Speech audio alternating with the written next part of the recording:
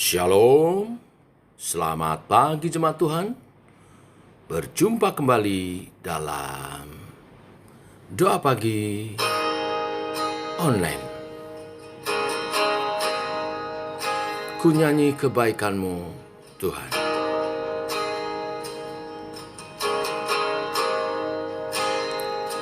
Ku cintakan rahmat-Mu nyata bagiku, hidupku di dalam tangan-Mu.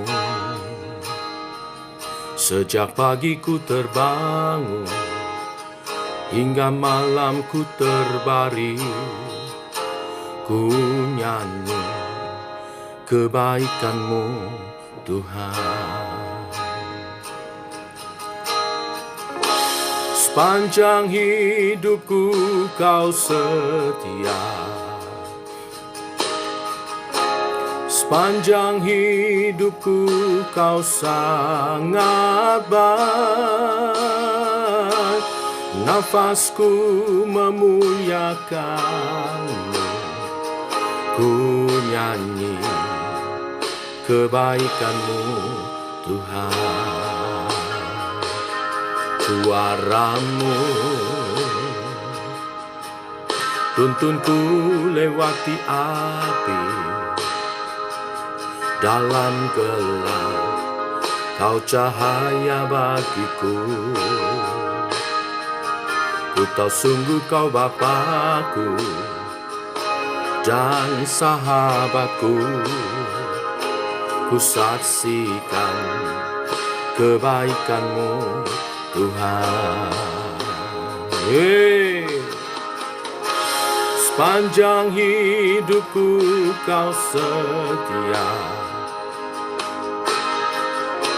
sepanjang hidupku Kau sangat baik. Nafasku memuliakan-Mu, ku nyanyi kebaikan-Mu, Tuhan. Kebaikan-Mu, Tuhan, berkati hidupku. Kebaikan-Mu, Tuhan, sertai langkahku. Aku berserah, datang menyembah, hidupku bagi-Mu. Kebaikan-Mu, Tuhan, berkati hidupku. Kebaikan-Mu, Tuhan, berkati hidupku. Oh, kebaikan-Mu, Tuhan, sertai langkahku. Aku berserah, datang menyembah, hidupku bagi-Mu. Kebaikan-Mu, Tuhan, berkati hidupku.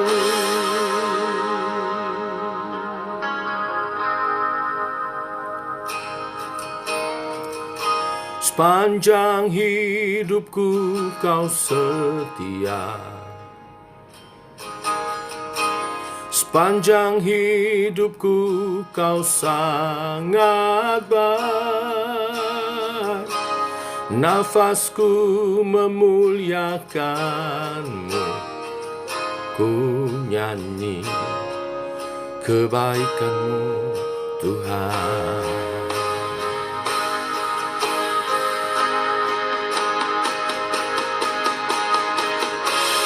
Sepanjang hidupku Kau setia, oh, sepanjang hidupku Kau sangat baik.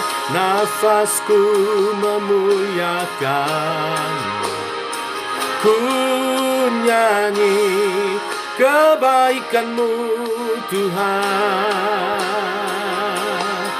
Ku nyanyi kebaikan-Mu, Tuhan.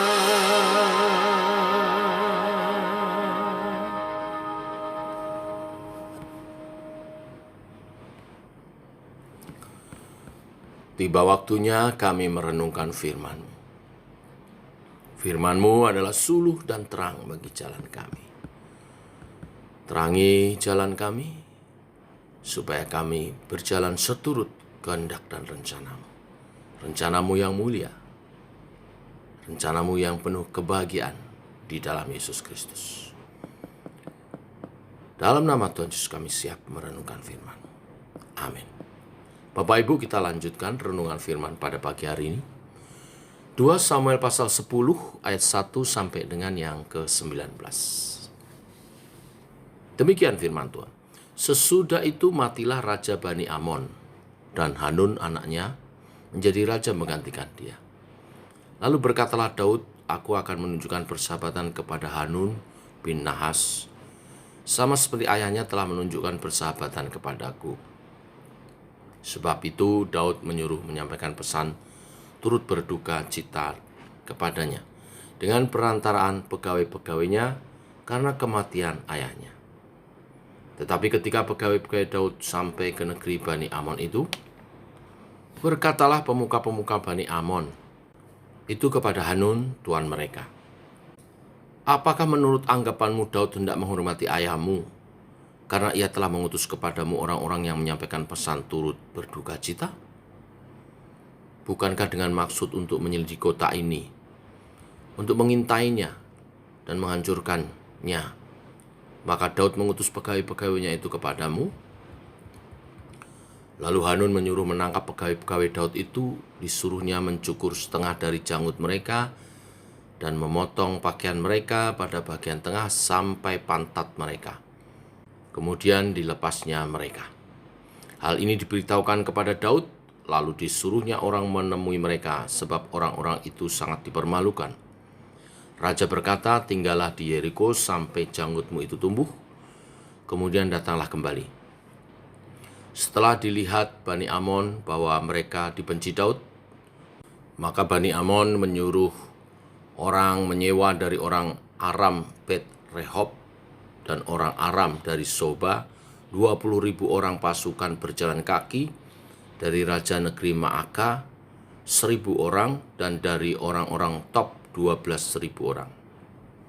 Ketika Daud mendengar hal itu, disuruhnyalah Yoab maju dengan segenap pasukan pahlawan. Lalu Bani Amon maju, diaturnya barisan perangnya di depan pintu gerbang, sedang orang Aram dari Soba dan dari Rehob dan orang-orang Top dan Maaka ada tersendiri di padang. Ketika Yoab melihat bahwa serangan itu mengancam dia dari depan dan dari belakang, maka dipilihnyalah sebagian dari orang pilihan Israel, lalu ia mengatur barisan mereka berhadapan dengan orang Aram itu. Selebihnya dari rakyat itu ditempatkannya di bawah pimpinan Abisai adiknya, yang mengatur barisan mereka berhadapan dengan Bani Amon itu. Lalu berkatalah Yoab, jika orang Aram itu lebih kuat daripadaku, maka haruslah engkau menolong aku. Tetapi jika Bani Amon itu lebih kuat daripadamu, maka aku akan datang menolong engkau. Kuatkanlah hatimu dan marilah kita menguatkan hati untuk bangsa kita dan untuk kota-kota Allah kita. Tuhan kiranya melakukan yang baik di matanya. Lalu Yoab dan tentara yang bersama-sama dengan dia maju berperang melawan orang Aram, dan orang-orang itu melarikan diri dari hadapannya. Ketika Bani Amon melihat bahwa orang Aram sudah melarikan diri, maka mereka pun larilah dari hadapan Abisai dan masuk ke dalam kota. Sesudah itu pulanglah Yoab setelah memerangi Bani Amon dan sampailah ia ke Yerusalem. Ketika orang Aram melihat bahwa mereka telah terpukul kalah oleh orang Israel, maka berkumpulah mereka bersama-sama. Juga Hadadezer, seluruh orang Aram yang di seberang sungai Efrat maju berperang. Mereka sampai ke Helam di bawah pimpinan Sobat, panglima tentara Hadadezer. Setelah hal itu diberitahukan kepada Daud, maka dikumpulkannya seluruh orang Israel di seberangi sungai Yordan, lalu sampai ke Helam. Orang Aram mengatur barisannya berhadapan dengan Daud dan bertempur melawan dia. Tetapi orang Aram itu lari dari hadapan orang Israel, dan Daud membunuh dari orang Aram itu 700 ekor kuda kereta dan 40.000 orang pasukan berkuda. Sobak, panglima tentara mereka, dilukainya sedemikian hingga ia mati di sana. Ketika dilihat semua raja yang takluk kepada Hadadezer bahwa mereka telah terpukul kalah oleh orang Israel, maka mereka mengadakan perdamaian dengan orang Israel dan takluk kepada mereka. Sesudah itu takutlah orang Aram memberi pertolongan lagi kepada Bani Amon. Ayat mas kita ada di ayat 12 Bapak Ibu, saya baca sekali lagi. Kuatkanlah hatimu dan marilah kita menguatkan hati untuk bangsa kita dan untuk kota-kota Allah kita. Tuhan kiranya melakukan yang baik di matanya. Judul renungan pada pagi hari ini adalah saling menguatkan. Bapak Ibu, hidup yang penuh tantangan dan perjuangan ini harus dihadapi secara bersama-sama. Kita butuh partner, teman, berbagi duka dan suka. Kita butuh saling menguatkan satu sama yang lain, bukan sebaliknya. Bapak Ibu, hal itu bisa dipelajari dari nats hari ini, kisah tentang peperangan Israel melawan Bani Amon yang meminta bantuan raja-raja di sekitarnya. Dimulai dari ketika Daud mengutus beberapa pegawainya untuk datang kepada Hanun, anak Raja Amon, guna menyampaikan bela sungkawa atas wafatnya Raja Amon yang sebelumnya bersahabat dengan Daud. Akan tetapi, kebaikan Daud tidak mendapat sambutan yang sebagaimana mestinya. Hanun yang mendengar nasihat yang salah meyakini bahwa utusan Raja Daud adalah mata-mata yang ingin mengintai negeri mereka. Lalu Hanun mempermalukan utusan Daud itu dengan amat sangat. Tindakan Hanun ini bagaikan upaya mereka menantang Daud untuk berperang. Ia lalu menyewa tentara bayaran untuk menggalang kekuatan. Yoab, panglima kerajaan Israel, mendapat mandat dari Raja Daud untuk memimpin pasukan. Lalu ia menyusun strategi dengan berbagai strategi perangnya. Pasukannya dijadikan dua bagian untuk mengatasi datangnya serangan dari depan juga dari belakang. Ia mengatur barisan pertama prajurit-prajurit pilihan untuk berhadapan muka dengan orang Aram. Selebihnya pasukan ditempatkannya di bawah pimpinan Abisai adiknya, yang kemudian mengatur barisan untuk berhadapan dengan Bani Amon. Mereka adalah prajurit-prajurit yang mahir bertempur di garis depan. Perang berakhir dengan kalahnya orang Aram dan Amon dan kemenangan bagi Israel.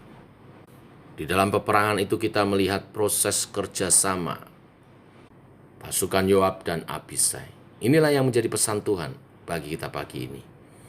Tuhan berbicara soal kualitas keprajuritan yang dapat bekerja sama.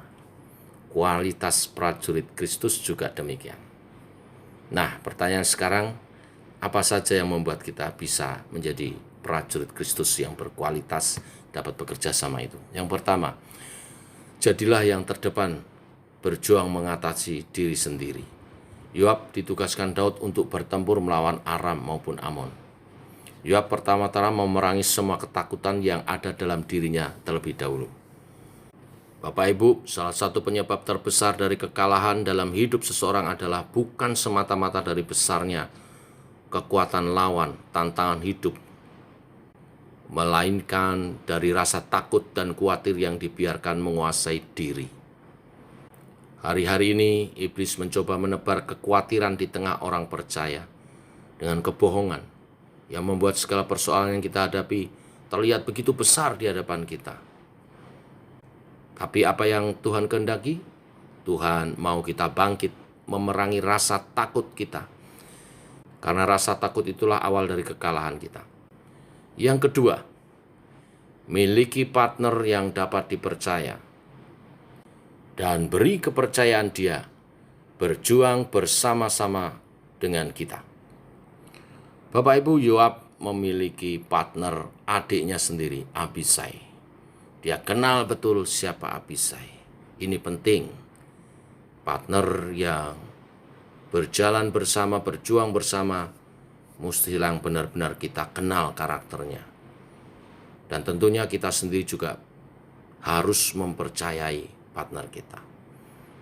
Seperti Yoab dan Abisai, bekerja sama mengalahkan tentara-tentara Moab dan Aram, dan akhirnya menjaga Israel dari kekalahan.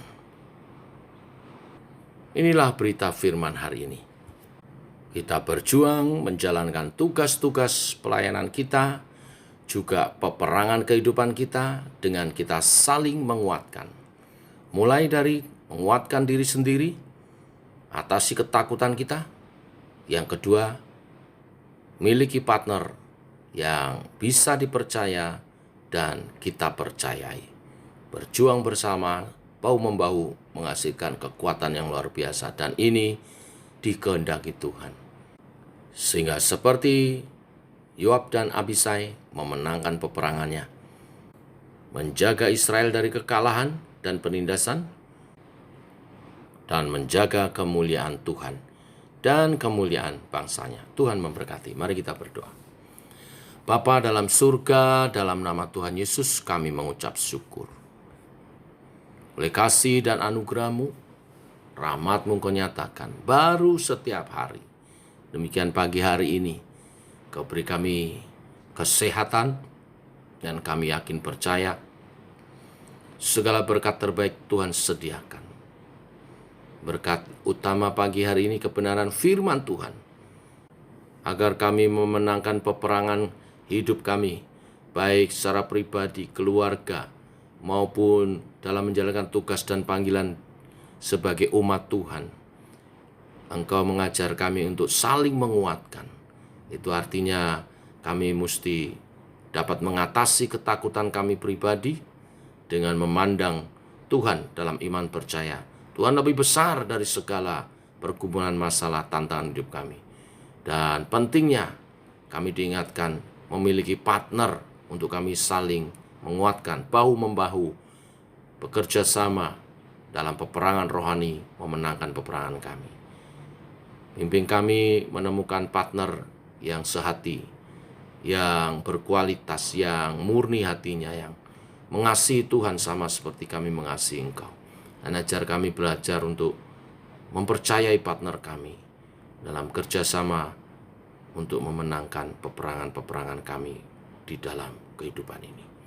Terima kasih buat pasangan hidup, partner pertama yang Tuhan beri kepada kami. Terima kasih buat penatua, pengurus yang cinta Tuhan, yang berhati nurani yang murni. Dan terus kami rindu Roh Kudus mengurapi untuk kami dapat menjalankan tugas pelayanan kami bersama dalam mengelola gereja Tuhan yang Kupercayakan, mempersiapkan umat yang kudus menyambut kedatangan-Mu. Terima kasih Tuhan. Ini doa kami sepanjang hari ini, menyertai perjalanan hidup kami bersama dengan Tuhan. Dalam nama Tuhan Yesus Kristus kami berdoa. Amin. Demikian Bapak Ibu doa bagi kita. Selamat pagi, selamat berjuang. Tuhan memberkati. Shalom.